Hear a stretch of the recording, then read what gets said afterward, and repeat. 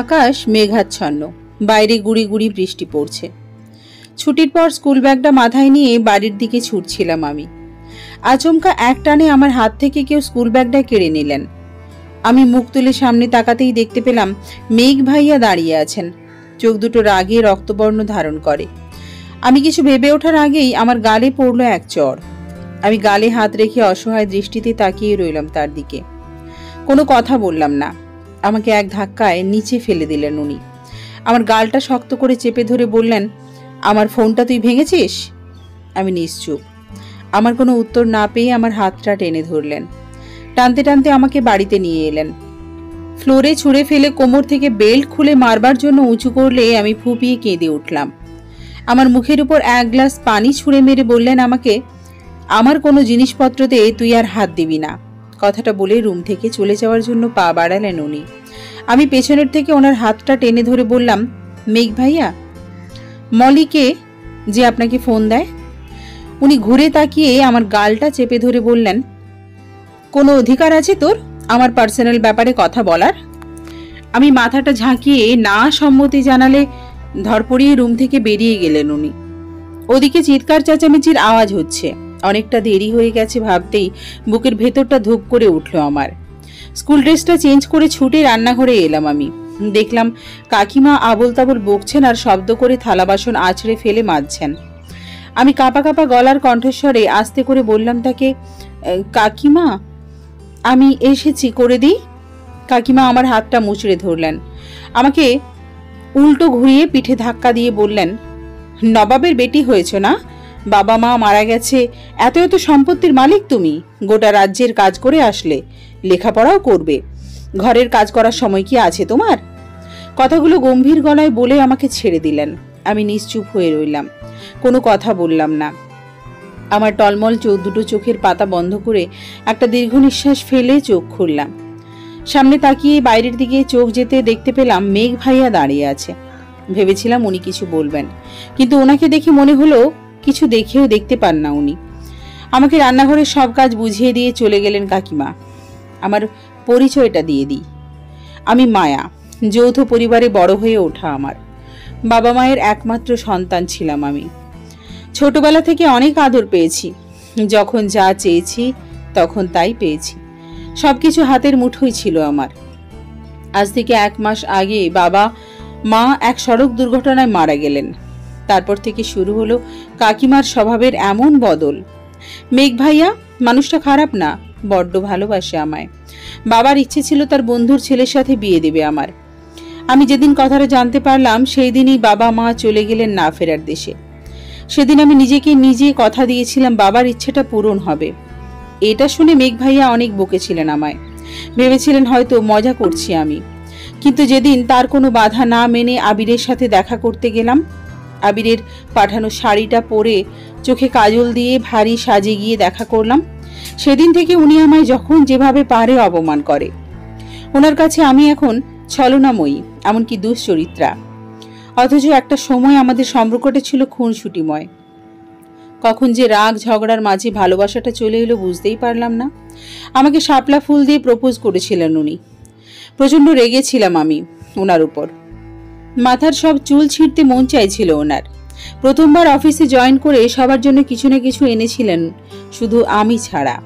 আমি রাগে টকবক ছিলাম। সারাদিন কথা বলিনি ওনার সাথে। মাঝরাতে ভয়ঙ্কর শব্দ পেয়ে লাফিয়ে ঘুম থেকে উঠে বসলেই দেখতে পেলাম বাড়ির সকলে মিলে একসাথে দাঁড়িয়ে আছে আমার সামনে। জন্মদিনের উইশ করছিল সবাই আমায়।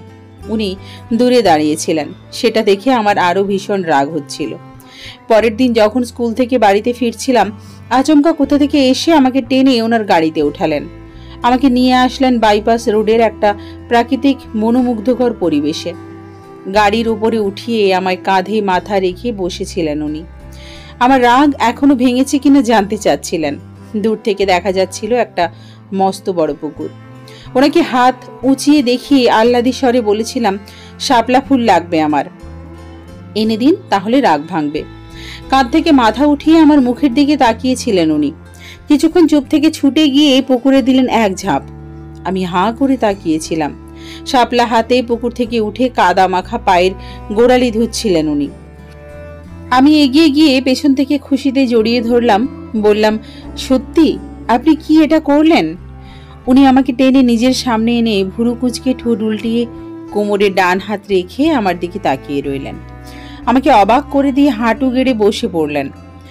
মুঠোবন্দি শাপলা ফুল আমার দিকে এগিয়ে দিয়ে বললেন, তুই কি আমায় ভালোবাসবি? আমি কিছু না বলে অবাক দৃষ্টিতে তাকিয়ে রইলাম ওনার দিকে। উনি শার্টের পকেট থেকে একটা কাগজে মোড়ানো আংটি বের করলেন। আমি ওনার হাত থেকে ফুল নিতেই উনি মুচকি হেসে আমার হাতটা টেনে ধরলেন। আমার কপালে ওনার কপাল ঠেকিয়ে আদুরে গলায় বললেন, বড্ড ভালোবাসি রে তোকে। তুই কি আমার বউ হবি? আমাকে ভালোবাসবি? আমার জন্য নীলপরি সাজবি? আরে উত্তর দে না, কতক্ষণ ভেজা শরীরে দাঁড়িয়ে আছি, সর্দি জ্বর হবে তো আমার।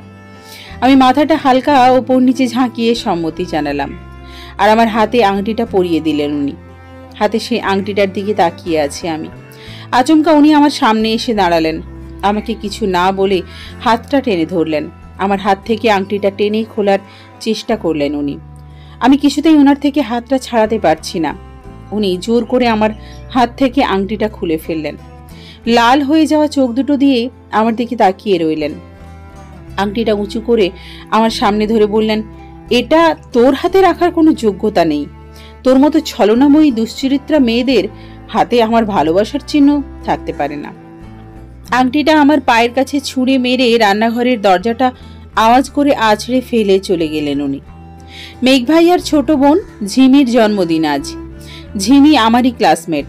সন্ধ্যের পর একটা ছোট করে পার্টির আয়োজন করা হয়েছে বাড়িতে। মনটা ভারী হয়ে আছে আমার, ইচ্ছে করছে না পার্টিতে যেতে। ওদিকে সব ফ্রেন্ডরা চলে এসেছে।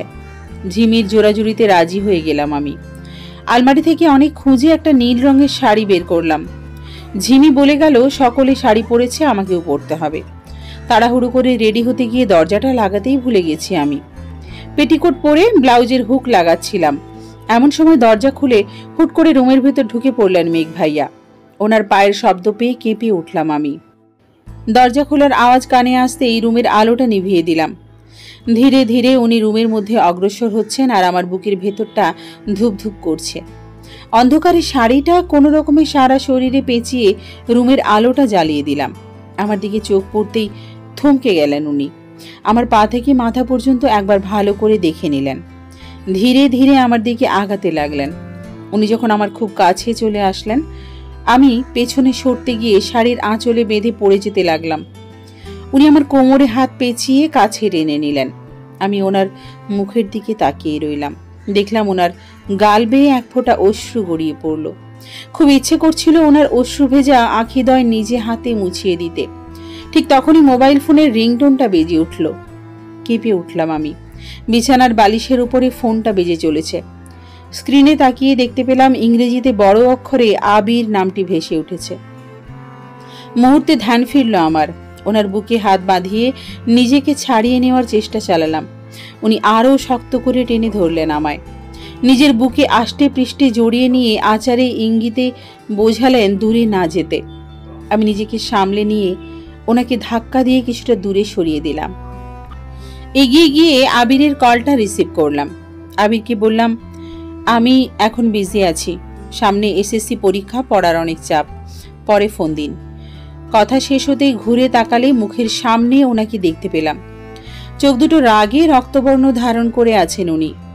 কিছু না বলেই আমার হাত থেকে ফোনটা কেড়ে নিলেন। আছড়ে ফোনটা দূরে ছুঁড়ে মারলেন। 2-3 ড্রপ খেয়ে ফোনটা দরজার কাছে গিয়ে 3 খণ্ডে বিভক্ত হয়ে পড়ে রইল। আমার হাতটা মুচড়ে ধরে উল্টে ঘুরিয়ে বললেন উনি, তোর মতন মেয়েকে দেখলেই না আমার ঘৃণা হয়। কেন ভালোবাসলাম তোকে আমি? আমাকে টেনে নিজের সামনে আনলেন। নিজের বুকে হাত রেখে আমাকে নাড়িয়ে বললেন, এই বুকে যে আগুন জ্বালিয়েছিস তা কোনো দিনও নিভবে না। ভালোবাসার অভিনয় করেছিস আমার সাথে তুই। আমার ভেতরের কষ্টটা কি তোর ওই চোখে পড়ে না? খুব কষ্ট হয় আমার, তুই কি বুঝিস না?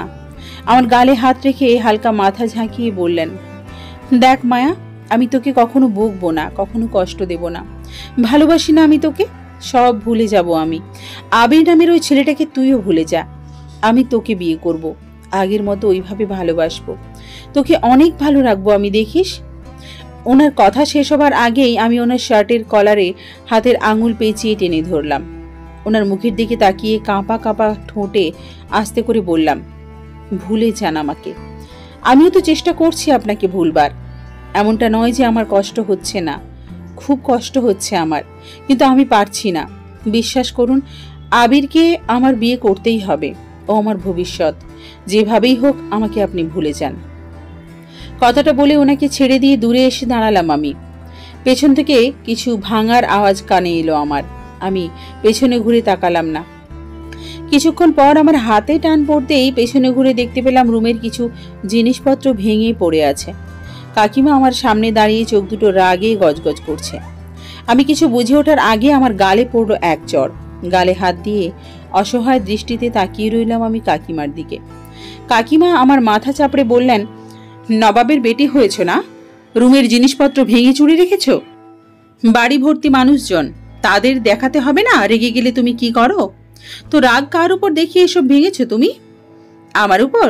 সবাইকে দেখাতে চাও তোমার কাকিমা তোমায় কি অত্যাচারটাই না করে? তোমাকে দিয়ে বাড়ির সব কাজ করায়। তোমার বুদ্ধি দেখে আমি অবাক হচ্ছি। ইচ্ছে তো করছে মেরে মেরে গালের ছাল চামড়া সব উপড়ে ফেলি। তখন তো আবার বলতে পারো তোমার বাড়ি, তোমার সব। মাত্র 5 মিনিট সময় দিলাম তোমায়, এর মধ্যে পুরো ঘর পরিষ্কার করে হাসি মুখে পার্টিতে এসে অ্যাটেন্ড করো। পার্টির মধ্যে খাবারে হাত দেবে না, এটাই তোমার শাস্তি। একটু থেমে বললেন, কি হলো, এখনো দাঁড়িয়ে আছো কেন তুমি?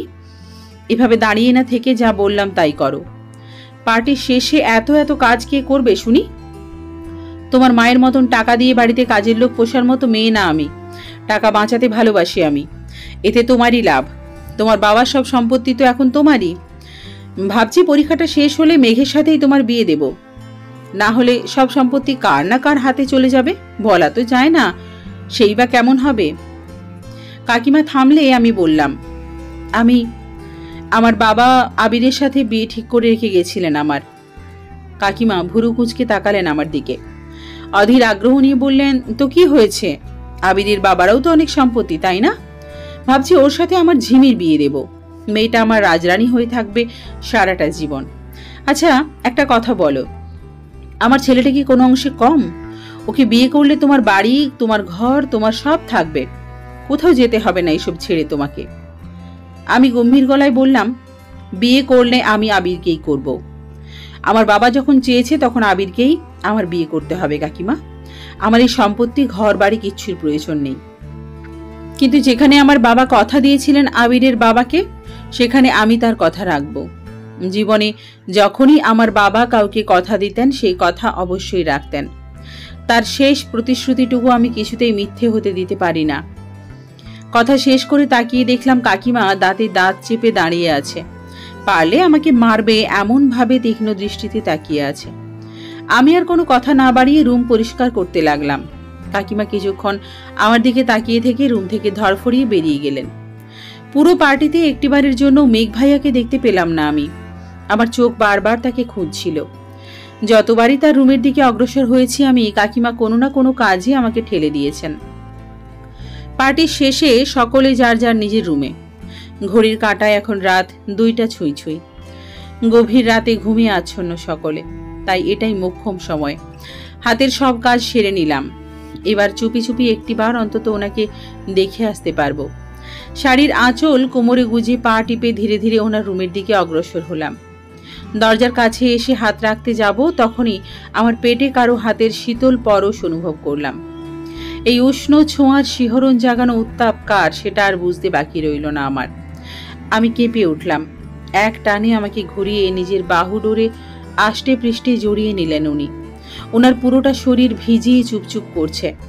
আমার পরনের পাতলা শাড়িটা লেপটে আছে ওনার ভেজা শার্টে। আমি ওনার থেকে নিজেকে ছাড়ানোর চেষ্টা করলাম, কিন্তু পারলাম না। উনি আমার মাথাটা নিজের বুকে ঠেসে ধরে রাখলেন। আমি ওনার শার্টের বোতামটাই একটা কামড় বসিয়ে দিতেই কেঁপে উঠে আমাকে কিছু মুহূর্তের জন্য ছেড়ে দিলেন উনি। আমি মুখটা মলিন করে কম্পিত কণ্ঠে ওনার শার্টের কলারটা টেনে ধরে আস্তে করে বললাম, এত রাতে ভিজলেন কিভাবে?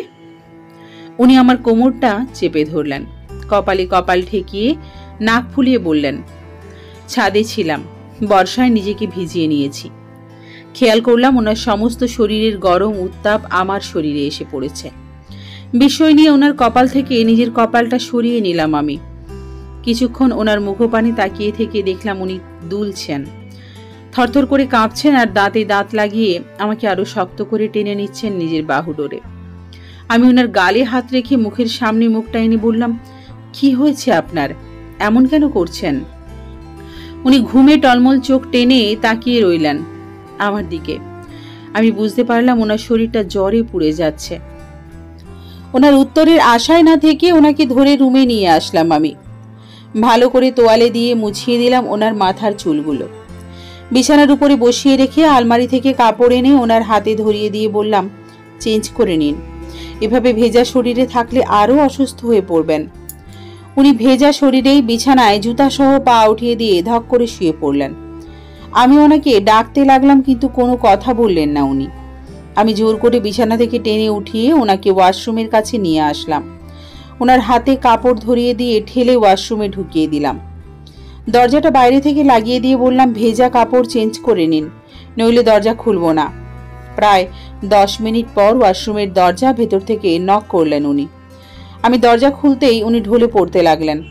আমি ধরে নিলাম, ওনাকে এনে জুতো খুলে শুইয়ে দিলাম বিছানায়। থার্মোমিটারে জ্বর মেপে দেখলাম 103 ডিগ্রি। ওয়াশরুম থেকে পানি এনে পলিথিনের উপরে শুইয়ে দিয়ে মাথায় পানি ঢাললাম কিছুক্ষণ। উনি ঘুমিয়ে পড়লে সকালের দিকে চুপি চুপি রুম থেকে বেরিয়ে গেলাম আমি। সকাল 8টা, যেখানেই বসছি ঘুম আসছে। খাবার টেবিলে বসেও ঘুমিয়ে পড়ছিলাম। ঝিমি এসে ডেকে তুলল আমায়। কোনো রকমে ড্রেসটা চেঞ্জ করে স্কুলের উদ্দেশ্যে রওনা হলাম, ঝিমির সাথে আমিও। সারাটা রাস্তায় ঝিমির বকবকানি শুনতে হয়েছে আমার। কালকের পার্টিতে কে কি গিফট করলো সেই সব বলছে ঝিমি। স্কুল গেটের সামনে আসতেই একদম থমকে রইলাম। কিছুটা দূরেই গাড়িতে ঠেস দিয়ে দাঁড়িয়ে আছে আবির। আবিরকে দেখে ঝিমি কথা বলতে বলতে থেমে গেল, মুখ টিপে হেসে উঠে চলে গেল সে। আর আবির আমার দিকেই আসছে। আমি ভাবতে লাগলাম, আগে কখনো তো আবির এভাবে না বলে আমার সাথে দেখা করতে আসেনি, তাহলে আজ কেন? আমার ভাবনার ছেদ ঘটিয়ে আবির আমার সামনে এসে দাঁড়ালেন। হুট করে আমার কাঁধে হাত রেখে ঝাঁকিয়ে বললেন আমায়, কাল থেকে কতবার তোমাকে ফোন দিয়েছি জানো? আমার বুঝি চিন্তা হয় না? সেই যে কলটা কেটে দিলে তারপর থেকে তোমার ফোনটা বন্ধ পাচ্ছি। কি হয়েছে তোমার? মন খারাপ? ফোনটা অফ করে রেখেছো কেন? কষ্ট হয় না আমার? আবিরের এতগুলো প্রশ্নের উত্তর একসাথে দেওয়া আমার পক্ষে সম্ভব না। আমি নিজের কাঁধ থেকে আবিরের হাতটা নামিয়ে দিলাম। মাথাটা নিচু করে আস্তে করে বললাম, ফোনটা ভেঙে ফেলেছি। কথাটা শুনে আবির আমার থুতনি ধরে মুখটা উঁচু করলেন। আমার দিকে ভুরু কুঁচকে তাকিয়ে বললেন, কেন? কারো উপর রেগেছিলে নাকি? আমি হালকা মাথা ঝাঁকিয়ে অর্থ না বুঝিয়ে আবার মাথাটা কাত করে হ্যাঁ সম্মতি জানালাম। আবির মুচকি হেসে আমার হাতটা ধরে বসলেন, আমাকে টানতে লাগলেন। আমি আবিরকে থামিয়ে দিয়ে বললাম, কোথায় নিয়ে যাচ্ছেন আমাকে? আবির আমার গাল টেনে বললেন, ফোন কিনতে। 4 মাস পর আমাদের বিয়ে। এতগুলো দিন তোমার সাথে কথা না বলে কিভাবে থাকবো আমি? তুমি জানো, কাল সারাটা রাত জেগেছিলাম আমি। ভেবেছিলাম কিছু হয়তো হয়েছে তোমার, নয়তো তুমি আমার ফোন কেন তুলবে না? আমি আবিরের থেকে হাতটা ছাড়িয়ে নিয়ে বললাম, যখন বিয়ে হবে তখন দিয়েন, বিয়ের আগে এভাবে আমি আপনার থেকে কিছু নিতে পারবো না। উফ, তাহলে কথা কিভাবে বলবো? আমি একটা কিনে নেব, এখন আপনি যান। আবির কিছু একটা ভেবে বললেন, চলে যাব? সত্যি চলে যাব? সারা রাত জেগে থেকে এখন তোমার সাথে দেখা হলো, তোমার কি মনে হয় না এখন আমাদের একটু সময় কাটানো উচিত? কিছুদিন পরেই তো বিয়ে, তখন না হয় সময় কাটাবেন, এখন যান। ওনাকে কথাটা বলতেই ঘন্টা বেজে উঠল। আমি উল্টো ঘুরে ছুটতে লাগলাম। স্কুল গেটের মধ্যে ঢুকে একটা দীর্ঘশ্বাস ফেলে ক্লাসরুমে গেলাম, আর আবির গাড়িতে উঠে চলে গেলেন। ওদিকে মেঘ ভাইয়া ঘুম ভাঙলে উঠে বসে কাল রাতের কথা ভাবছেন। আমাকে মনে পড়তেই ঠোঁটের কোণে হাসি ফুটে উঠল ওনার। কাকিমা ঘর ঝাড়ু দিতে এসে ওনার সামনে বসে বললেন, আচ্ছা মেঘ, মায়াকে তোর কেমন লাগে? ভাবছি ওকে তোর সাথে বিয়ে দেব। কথাটা শুনেই চমকে উঠলেন উনি। বিছানা থেকে নেমে কাকিমার সামনে এসে দাঁড়িয়ে বললেন, এসব কি বলছো মা? ঠিকই বলছি, মায়ের সাথে আমার গতকাল রাতে কথা হয়েছে। মেঘ ভাইয়া খুব আগ্রহ নিয়ে জিজ্ঞাসা করলেন, মায়া কি বলেছে? আর আবির? সেটা নিয়ে তোর ভাবতে হবে না, আবিরের জন্য আমাদের ঝিমি আছে তো, রাজরানী হয়ে থাকবে আবিরকে বিয়ে করলে ঝিমি। কথাটা শুনে উনি অনেক খুশি হয়ে গেলেন। মেঘের মনটা আজ ভীষণ ভালো, কি করবে তা নিজেও জানে না।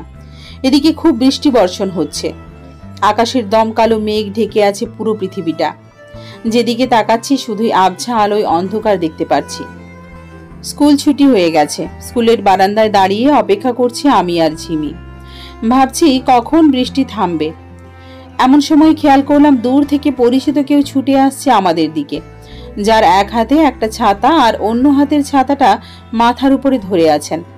মানুষটা সামনে এসে দাঁড়িয়ে ছাতাটা তুলে মুখ উঁচু করলেন। তখন দেখতে পেলাম ওনার মুখটা। ঝিমির হাতে একটা ছাতা ধরিয়ে দিয়ে বললেন গাড়িতে গিয়ে বসতে। ব্যাস, ঝিমিকে আর পাইকে। ছাতা খুলেই গাড়ির দিকে এগোতে লাগলো। পেছন থেকে যে ওকে ডাকবো আমি তারও কোনো উপায় নেই। উনি আমার মুখটা চেপে ধরে আছেন। খানিকটা দূরে ঝিমি চলে গেলে মুখটা ছাড়লেন আমার। আমি জোরে জোরে কয়েক সেকেন্ড শ্বাস নিয়ে নিলাম। তাকিয়ে দেখলাম অন্ধকারে মিলিয়ে গেছে ঝিমি। আবছা আলোয় নাক ফুলিয়ে তাকিয়ে আছি ওনার মুখের দিকে আমি। উনি এক হাতে ছাতা মেলে অন্য হাতে হুট করে আমার কোমরটা চেপে ধরলেন। নিজের কোমরে আচমকা ওনার হাত পড়ায় কেঁপে উঠলাম আমি। অহেতুক চেষ্টা করলাম হাত ছাড়াবার, কিন্তু পারলাম না। উনি আমায় দিলেন এক ধমক। আমি কেঁপে উঠলে ছাতাটা ফেলে দিয়ে কোলে তুলে নিলেন আমায়। চোখ রাঙিয়ে বললেন, ইচ্ছে তো করছে এভাবেই তোকে নিয়ে যাই, কিন্তু ভিজলে যে তুই অসুস্থ হয়ে পড়বি। কথাটা শুনে ওনার মুখের দিক থেকে অন্য দিক থেকে মুখটা ঘুরিয়ে নিলাম আমি। বুঝতে চেষ্টা করলাম হঠাৎ কি হয়েছে ওনার। এরই মধ্যে উনি আমার কপালে ঠোঁটের আলতো পরশ ছুঁয়ে দিলেন। আমাকে কেঁপে উঠতে দেখি মুচকি হেসে নামালেন নিজের কোল থেকে। ছাতা উঠিয়ে আমাকে কাছে টেনে নিয়ে বললেন, চল এবার। আমি সরে আসলাম ওনাকে ঠেলে দিয়ে কিছুটা দূরে। ওনার মুখের দিকে না তাকিয়েই বললাম আমি, এভাবে যাওয়া যায় না, আপনি বরং আরেকটা ছাতা নিয়ে আসুন। উনি ভুরু কোঁচকে তাকালেন আমার দিকে, নাক ফুলিয়ে বললেন, আরেকটা ছাতার কি দরকার? তুই আসবি নাকি তোকে উঠিয়ে নিয়ে যাব আমি? আমি কিছু বললাম না, দাঁত দিয়ে হাতের নখ কামড়ে দাঁড়িয়ে রইলাম। কিছু একটা ভেবে ঝট করে বলে উঠলাম, এমন বর্ষণে দুজন একসাথে গেলে একটা ছাতায় অর্ধেক অর্ধেক ভিজে যাব আমরা। জানেনই তো আমি একটু ভিজলেই সর্দি জ্বর ভুগি। তাই বলেছিলাম আপনি গিয়ে গাড়িতে ঝিমির ছাতাটা নিয়ে আসুন, নয়তো আমি গিয়ে ছাতাটা নিয়ে আসি। উনি কিছুক্ষণ নিশ্চুপ থেকে মুখটা মলিন করে বললেন, ঠিক আছে, আমি যাচ্ছি। কথাটা বলেই এক ছুটে চলে গেলেন গাড়ির কাছে। ওনার গাড়ির সামনে আরেকটা গাড়ি এসে দাঁড়ালো। দেখতে পেলাম, দূর থেকে স্পষ্ট কিছু বুঝতেও পারছি না।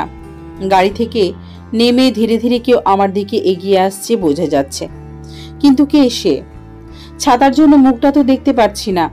যখন সে আমার সামনে এসে দাঁড়ালেন, ছাতা সরিয়ে মুখ তুললে বুঝতে পারলাম এটা আবির। আবির আমার দিকে তাকিয়ে আছেন এক অপলক দৃষ্টিতে। আমাকে ডেকে বললেন সে, চলে এসো মায়া, আমি তোমাকে পৌঁছে দেব বাড়িতে। আমি চোখ তুলে তাকিয়ে দেখলাম আবিরের পেছনে উনি দাঁড়িয়ে আছেন, ওনার হাতে আরেকটা ছাতা। আমি এক প্রকার ইচ্ছে না থাকা সত্ত্বেও আবিরের ছাতার নিচে চলে আসলাম। আবিরের হাতে হাত রেখে ছাতাটা শক্ত করে ধরে বললাম, চলুন। আবির মুচকি হেসে ঘুরলেন আর চোখের সামনে ওনাকে দেখতে পেয়ে অবাক হলেন। কিছুক্ষণ চুপ থেকে মুখে হাসি টেনে বললেন, এ কি মেঘ, তুমি মায়াকে নিতে এসেছো? অফিসে তো কোমরে ব্যথার কথা বলে ছুটি নিয়ে আসলে, তা তোমার কোমরের ব্যথাটা কি এখন কমেছে? উনি মনে হয় কথাটার উত্তর দিতে সংকোচ বোধ করলেন। উল্টে আবিরের উপরে প্রশ্ন ছুড়ে বললেন, আপনি এখানে কি করছেন স্যার? আবির কিছু না ভেবেই আমার কাঁধে হাত রাখলেন। হেসে উঠে বললেন, মায়াকে নিতে এসেছি আমি। কিছুদিন পরেই তো আমাদের বিয়ে, ওর পছন্দ অপছন্দ সবকিছু জানতে হবে তো আমার, তাই না? ভাবছি প্রতিদিন ওকে নিতে আসবো, সেই সুযোগে ওর সাথে একটু সময়ও কাটানো যাবে। আবির কথা বলছে আর ওনার চোখ দুটো লাল হয়ে আছে। উনি কিছু বলতে যাবেন আবিরকে, তার আগেই আমি আবিরের হাত টেনে ধরে বললাম, ভিজে যাচ্ছি, চলুন। ঘন্টা দুই পরে বাড়িতে ফিরলাম আমি। আবিরের সাথে না চাইতেও কিছুটা সময় কাটিয়েছি। আমার পছন্দ অপছন্দ সব আবিরকে বলেছি। আবিরের থেকেও শুনেছি, যদিও দূরে কোথাও যাওয়া হয়নি আমাদের, তবে গাড়িতে বসেই কোনো এক পছন্দের জায়গায় দুজন দুজনের ভালো লাগা খারাপ লাগার খবর নিয়েছি। জানি আবিরকে ভালোবাসতে পারবো না, তবু বিয়ে যে ওকেই করতে হবে আমার। ভালোবাসলে যে তার সাথে থাকতে হবে তা তো নয়, তবে চেষ্টা করতে হবে সবটা মানিয়ে নেওয়ার। বাড়িতে ফিরে যখন আমি রুমে ঢুকতে গেলাম, কাকিমার চিৎকার চেঁচামেচির আওয়াজ এলো আমার কানে। কাকিমা চিৎকার করতে করতে বললেন, আবিরের সাথে মায়ার বিয়ে হবে না, কিছুতেই হতে দেওয়া যাবে না। কণ্ঠটা মেঘের রুমের থেকেই আসছে। আমি একটু এগিয়ে গিয়ে রুমের দরজার কাছে দাঁড়িয়ে দেখতে পেলাম উনি ফ্লোরে বসে আছেন, কাকিমার দিকে তাকিয়ে। কাকিমা আর কিছু বলার আগেই উনি উঠে দাঁড়ালেন। কাকিমাকে ধরে ঝাঁকিয়ে বললেন, মিথ্যে কেন বলেছিলে আমাকে মা? কাকিমা এক ঝটকায় ওনার হাত ছাড়িয়ে নিয়ে বললেন, কোনো মিথ্যে বলিনি, মায়ার সাথে আমি তোরই বিয়ে দেব, দেখিস।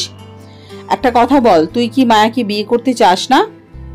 এত এত সম্পত্তি, বুঝতে পারছিস, সব হাতছাড়া হয়ে যাবে অন্য কোথাও বিয়ে হলে। ওহ, শুধু সম্পত্তির জন্য তুমি মায়াকে আমার সাথে বিয়ে দিতে চাও? হ্যাঁ তো, তুই তো আর কাউকে ভালোবাসিস না, তাহলে এত অসুবিধে কিসের মায়াকে বিয়ে করতে? উনি হেসে উঠলেন। হাসতে হাসতে থেমে গিয়ে বললেন, বাসি মা, একজনকে বাসি। আর চোখে আমাকে দরজার কাছে দাঁড়িয়ে থাকতে দেখে ডাকলেন উনি। আমি ভেতরে আসতেই আমার মাথায় হাত রেখে বলে উঠলেন, আমি একজনকে ভালোবাসি, আর তার নাম মলি। আমার অফিসেই একসাথে কাজ করি আমরা।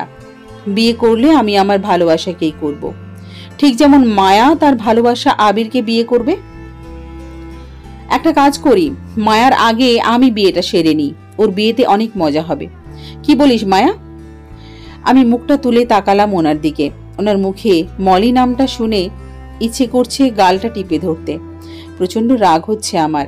এই মলি নামের মেয়েটার সাথেই তো উনি মাঝরাতে রোজ কথা বলেন। মাঝরাতে ওনার রুমের সামনে আসলে এই নামটাই তো ওনার কণ্ঠস্বরে শুনতে পাই। ওনার ফোনটাও ভেঙে ফেলেছি এই মেয়েটার সাথে যেন আর কোনো কথা না বলতে পারে তার জন্য। সেই মেয়েকে বিয়ে করবেন উনি? সেই মেয়েকে? আমার হাত ঝাঁকিয়ে বলে উঠলেন উনি। কি হলো, চুপ হয়ে আছিস কেন? ঠোঁটের কোণে জোর করে হাসি টেনে বললাম আমি, করে ফেলুন বিয়ে। কথাটা বলার পর ওনার মুখে খুশির ঝলক দেখতে পেলাম, কিন্তু কাকিমার চোখে চিন্তার ছাপ। কাকিমার দিকে তাকিয়ে বললেন উনি, আরে মা, আবিরের বোন মলি, অফিসে মলি আমার সিনিয়র, আর আমি ওর অ্যাসিস্ট্যান্ট। কাজের শুরুতে মলি আমায় প্রপোজ করেছিল, কিন্তু আমি পাত্তা দিতাম না মলিকে। মেয়েটা অনেক ভালোবাসে আমায়, এখন বুঝতে পারলাম ওর ভালোবাসাটা। অনেক কষ্ট দিয়েছি ওকে, এবার নিজের ভুল শুধরে নেব। ওকে বিয়ে করে আমার ভালোবাসাটাও দেখাবো। কাকিমা মুহূর্তে খুশি হয়ে গেলেন, গদগদ স্বর টেনে বললেন, সত্যি বলছিস বাবা? মলি আবিরের বোন? কই, আগে কখনো তো শুনিনি আবিরের বোন আছে। আর আবিরের বোন মানে তো ওদের অনেক অনেক সম্পত্তি। মন ভরে গেল তোর কথা শুনে। আচ্ছা, তুই মলিকে বিয়ে কর, আমি গিয়ে ঝিমিকে জানিয়ে আসি সুখবরটা। কাকিমা খুশিতে নাচতে নাচতে রুম থেকে বেরিয়ে গেলেন। আমি ওনার দিকে তাকালাম, উনি হাসছেন। আমি নিজের ভেতরের রাগটা আর ধরে রাখতে পারলাম না। ওনার শার্টের কলারটা চেপে ধরলাম, ওনাকে ঠেলে বিছানায় ফেলে দিয়ে বুকে ইচ্ছে মতো কিল বসাতে লাগলাম। উনি চুপ হয়ে আছেন, আমার হাত ধরে থামাচ্ছেনও না। যখন আমার থেকে নিজের মুখটা ঘুরিয়ে নিলেন, তখন ওনাকে ছেড়ে দিয়ে উঠে বসলাম আমি। কিছুক্ষণ চুপ থেকে আমি প্রথম জিজ্ঞেস করলাম, সত্যি কি আপনি মলিকে বিয়ে করবেন? উনি শুয়ে থেকে চোখ বন্ধ করে উত্তর দিলেন, হ্যাঁ, মলিকেই করব, আমার ভালোবাসা মলিকেই করব আমি। আমি আর চোখে ওনার মুখের দিকে তাকিয়ে বললাম, সত্যি কি মলি আপনার ভালোবাসা? হ্যাঁ বোন। বোন? এখন আমি আপনার বোন হয়ে গেলাম? হ্যাঁ, কাকা তো বোন। আমি কিছুক্ষণ চোখটা বন্ধ করে রইলাম। হুট করে ওনার মুখে মলি নামটা শুনে চোখ খুললাম। তাকিয়ে দেখলাম উনি ফোনে কথা বলছে মলির সাথে। ফোন কিনে নিয়েছেন? কোনো উত্তর দিলেন না। টানা 1 ঘন্টা প্রেমালাপ করলেন আমার পাশে বসে উনি মলির সাথে। কথা শেষ হলে উঠে গিয়ে একটা ফোন এনে আমার সামনে রেখে বললেন, তোর ফোন ভেঙেছিলাম না, এটা তোর জন্য, আবিরের সাথে কথা বলিস। আমি ফোনটা দূরে ঠেলে দিয়ে বললাম, লাগবে না আমার, আমি আপনার ফোন ভেঙেছি, আপনি আমারটা ভেঙেছেন, শোধবোধ। উনি হেসে উঠলেন। আমি উঠে চলে আসার জন্য পা বাড়ালাম, অমনি পেছন থেকে আমার হাতটা টেনে ধরলেন উনি। আমি হাত ছাড়ানোর চেষ্টা করলে আমাকে টেনে বিছানায় ফেলে আমার হাত দুটো বিছানার সাথে চেপে ধরে মুখের সামনে মুখটা এনে বললেন, তুই আবিরকে বিয়ে করছিস আর আমি ওর বোন মলিকে। সদবোধ। কথাটা শুনে আমি ডুকরে কেঁদে উঠলাম। কাঁদতে কাঁদতে বললাম, আমি আবিরকেই বিয়ে করব। উনি আমার নাকে নাক ঘেঁষে বললেন, আর আমি মলিকে। আমি ওনাকে জোরে এক ধাক্কায় দূরে ঠেলে দিয়ে রুম থেকে ছুটে বেরিয়ে আসলাম। ঘড়ির কাঁটায় রাত 3টে ছুঁই ছুঁই। জানালার কোণ ঘষে দাঁড়িয়ে আছি আমি। দমকা বাতাস, নির্জলতার আভাস, ফোঁটা ফোঁটা বৃষ্টির টুপটাপ শব্দ। এইভাবে নির্ঘুম রাতটা কেটে গেল আমার। সকালে খুব ভোর হতেই সেজে গুজে রুম থেকে বের হলেন কাকিমা। আজ শুক্রবার, তাই সবার বন্ধের দিন। ঝিমিও ঘুমাচ্ছে আপন মনে আজ। কাকিমা এসে ঝিমিকে চিৎকার করে ডেকে তুললেন। ঝিমিকে রেডি হতে বললেন ভাইয়ের জন্য মেয়ে দেখতে যাবে বলে। মেঘ ঘুম থেকে উঠে আলসেমি কাটিয়ে উঠে তাকালে চোখের সামনে মায়ের মুখটা দেখতে পেলেন। মা তাকে গদগদ স্বরে আদুরে গলায় বললেন, বাবারে, শুভ কাজে দেরি করতে নেই, তাড়াতাড়ি রেডি হয়ে নে। কাকিমার কথা শুনেই যেন উনি আকাশ থেকে পড়লেন। হাই তুলেই মুখে হাত টিপে তাকিয়ে আছেন নিজের মায়ের দিকে। মায়ের ভাবসাব কিছু ভালো ঠেকছে না তার। বিষয় নিয়ে মায়ের দিকে তাকিয়ে আস্তে করে বললেন উনি, কোথায় যাব মা? কাকিমা ওনার পাশে এসে বসে পিঠে হাত বুলিয়ে বললেন, বৌমাকে দেখতে। রুমের বাইরে দাঁড়িয়ে আমি দুজনের কথা শ্রবণ করছি। উনি আমাকে দেখতে পেয়ে বললেন, হে কি মায়া, বাইরে কেন দাঁড়িয়ে আছিস? ভেতরে আয়। আমি ধীরে ধীরে ওনার রুমের ভেতরে আসলাম। ওনার সামনে এসে দাঁড়ালে আমার হাতটা টেনে বসিয়ে দিলেন বিছানায়। আমার গাল টেনে বললেন, তুই যাবি আমাদের সাথে? মলিকে দেখে আসবি, সাথে আবিরের সাথেও দেখা হবে। ভালো হলো না? একসাথে 2টা কাজ সেরে নিতে পারবি। জানিস, মলির মতন মেয়ে হাজারে একটা হয়, যে কখনো কাউকে কষ্ট দিতে পারে না, কারো মনও ভাঙতে পারে। এমনকি তুই যদি ওর মনে কষ্ট দিস, তবুও তোর প্রতি ওর হৃদয়ে একটুখানিও অভিযোগ থাকবে না। এমন মেয়েকে জীবন সঙ্গিনী রূপে কজনই বা পায় বল? ভালো হয়েছে না ও আমার জীবনে এসেছে। না হলে, এটুকু বলে আমার চোখের দিকে তাকিয়ে আছেন উনি। আমি নিজের চোখ দুটো নিচের দিকে নামিয়ে নিলাম। ওনার দিকে তাকানোর মতো মুখ নেই আমার। নিজেকে খুব অপরাধী মনে হচ্ছে আজ আমার। কাকিমা রুম থেকে বেরিয়ে গেলে আমিও উঠে দাঁড়ালাম। বাইরে যাবার জন্য পা বাড়াতেই পেছনের থেকে আমার পেট জড়িয়ে ধরলেন উনি। আমি একদম স্তব্ধ হয়ে আছি। হঠাৎ ওনার এমন আচরণ আমি আশা করিনি। ছাড়ুন আমায়। কথাটা বলতেই আমাকে টেনে নিজের কোলের ওপরে বসিয়ে দিলেন উনি। আমার কাঁধ থেকে চুল সরিয়ে ঘাড়ে থুতনিটা রেখে বললেন, ছেড়ে তো দেবই। এতদিন তো তুই আমার সাথে নাটক করেছিলি, ভালোবাসার নাটক। এই নাটকটা দেখিয়ে তো আমার মনে জায়গা করে নিয়েছিলি তুই। আজ যখন আমি নিজের ভালোটা বুঝতে চাচ্ছি, তখনও তুই খুশি হচ্ছিস না। একটা কথা বলতো মায়া, আমার থেকে তুই দূরে যেতে চাস? আবিরকে বিয়ে করতে চাস? তাহলে বারবার আমার রুমের আশেপাশে কি করতে আসছিস? আমি কনুই দিয়ে ঠেলে ওনাকে সরিয়ে দিলাম।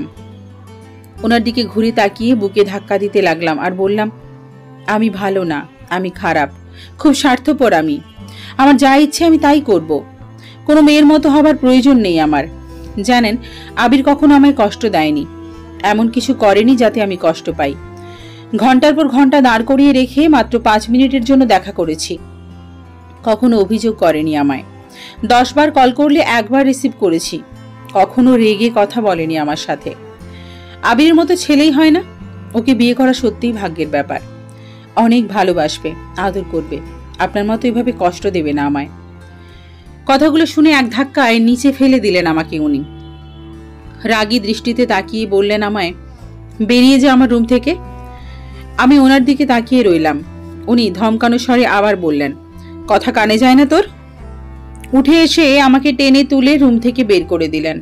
দরজার কাছে এনে ধাক্কা দেওয়ার পর বললেন, যতদিন না মলির সাথে আমার বিয়েটা হচ্ছে, তুই আমার আশেপাশেও আসবি না। দেখতে চাই না তোর মুখটা আমি। কথাটা বলে মুখের সামনে শব্দ করে দরজাটা লাগিয়ে দিলেন উনি। আমি চোখ মুছে নিজের রুমের দিকে ছুটতে লাগলাম। হঠাৎ ঝিমি এসে আমার সামনে দাঁড়ালে আমি ভূত দেখার মতো ভয় পেয়ে কেঁপে উঠতেই আমার দিকে প্রশ্নসূচক ভঙ্গিতে তাকিয়ে রইল। আমি কি বলবো বুঝতে পারছি না। আমি বুঝতে পারলাম ঝিমি কিছুটা আঁচ করতে পেরেছে। ওকে কিছু না বলে পাশ কাটিয়ে চলে আসলাম আমি। রুমে এসে দরজাটা ভেতর থেকে বন্ধ করে দিলাম। ঝিমি আমাকে অনেকবার ডাকলো, কিন্তু আমি দরজা খুললাম না। নিজেই ভেবে নিলাম আর কখনো ওনার সাথে কথা বলবো না, ওনার সামনেও যাব না কখনো। কি আছে এই ভালোবাসায়? কিছুই না, শুধু অপমান আর কষ্ট ছাড়া। সবকিছু এলোমেলো হয়ে গেছে, চাইলেও আর কিছু ঠিক করা সম্ভব না। আবির আমাকে ভালোবাসে, মলি ওনাকে ভালোবাসে। আমরা নিজেরাই দুই দিক থেকে সরে এসেছি। এই পিছুটান, মায়া, এগুলো একদিন ঠিক চাপা পড়ে যাবে ভেতরের থেকে। তাই আমাদের সরে আসাই উত্তম। সব ভালোবাসা তো পূর্ণতা পায় না। আমরা না হয় অল্প কিছু মানুষের পাল্লাটা ভারী করি। সকাল গড়িয়ে দুপুর হতে চলল। এখনো আমি নিশ্চুপ হয়ে রুমের মধ্যে বন্ধ দরজার আড়ালে বসে রইলাম। কেউ এসে আমাকে ডাকলো। শুনতে পেয়ে নড়ে উঠতেই কাকিমার গলার কণ্ঠস্বর। কাকিমা আমাকে ডাকছে আর এক সপ্তাহ পর ওনার আর মলির বিয়ে ঠিক করে এসেছে বলে। অবশ্য আমি জানতাম কাকিমা আজই বিয়েটা ঠিক করে আসবে। ভদ্রতা বজায় রাখতে দরজাটা খুললাম আমি। কাকিমা আমার মুখের মধ্যে ঠেসে ঠেসে দুটো মিষ্টি ভরে দিলেন। আমাকে জড়িয়ে ধরে গাল টেনে বললেন, মলি যদি এবাড়ির বউ হয় তাহলে তো তোর ননদ হবে মলি, তাই না? আচ্ছা মা, কখনো বলিস না ও বাড়ি গিয়ে আমার দুর্নাম। বুঝতেই তো পারছি, শাশুড়ি বলে কথা, আমার মান সম্মান থাকবে না, ছোট হয়ে যাব ওদের কাছে আমি। কথাটা বলে আমার কপালে চুমু দিয়ে মিষ্টির প্যাকেটটা আমার হাতের উপর রেখে যত ইচ্ছে তত মিষ্টি খেতে বলে চলে গেলেন কাকিমা। আমি 2 মিনিট হা হয়ে তাকিয়ে আছি কাকিমার ব্যবহারে এত পরিবর্তন দেখে। তার চেয়েও বেশি ভালো লাগছে বাবা মা চলে যাবার পর আজ প্রথমবার কাকিমা আমার সাথে এত আদুরে গলায় কথা বললেন। খুশিতে আমার দু চোখের পানি বাঁধ মারল না। আমাকে বাড়িতে এখন আর কোনো কাজই করতে দেয় না কাকিমা। সারাদিন একান্তে থাকি, মনের ভেতরটা ভার হয়ে আছে। উনিও আমার সাথে দেখা করেন না। ফোনটা ভেঙে যাওয়ার পর থেকে আবিরের সাথে আর কথা হয় না, যার জন্য আবির আসে আমার সাথে দেখা করতে। কেন জানি আবিরকে মন খুলে কিছু বলতে পারি না আমি। আবির একা একাই কথা বলে, আমি শুধু শুনি। ধীরে ধীরে বিয়ের দিন যত এগোচ্ছে তত যেন বেশি ভেঙে পড়ছি আমি। আবির আমার সাথে কথা বললে বুঝতে পারত, কিন্তু সমস্যাটা খুঁজে পেত না। আমি নিজেই আবিরকে বললাম সাহস করে কথাটা, আবির, মলি আপনার ছোট বোন না? আপনি যদি মলির আগে বিয়ে করেন তাহলে ক্ষতি কিসের? মলির তো বিয়ে হবেই, আমি চাই আপনার বিয়েটা মলির আগে হোক, যেন আমি নিজের ননদের বিয়েতে আনন্দ করতে পারি। আমার মুখে কথাটা শুনে আবির বিস্ময় নিয়ে তাকালেন। প্রথমে মনে হয়েছিল হয়তো ভুল কিছু বলে ফেলেছি, কিন্তু পরে বুঝতে পারলাম আবির আমার কথায় অনেক বেশি খুশি হয়েছে। আমাকে কিছু না বলে পরের দিন আবির ওর বাবা মাকে নিয়ে আসলেন।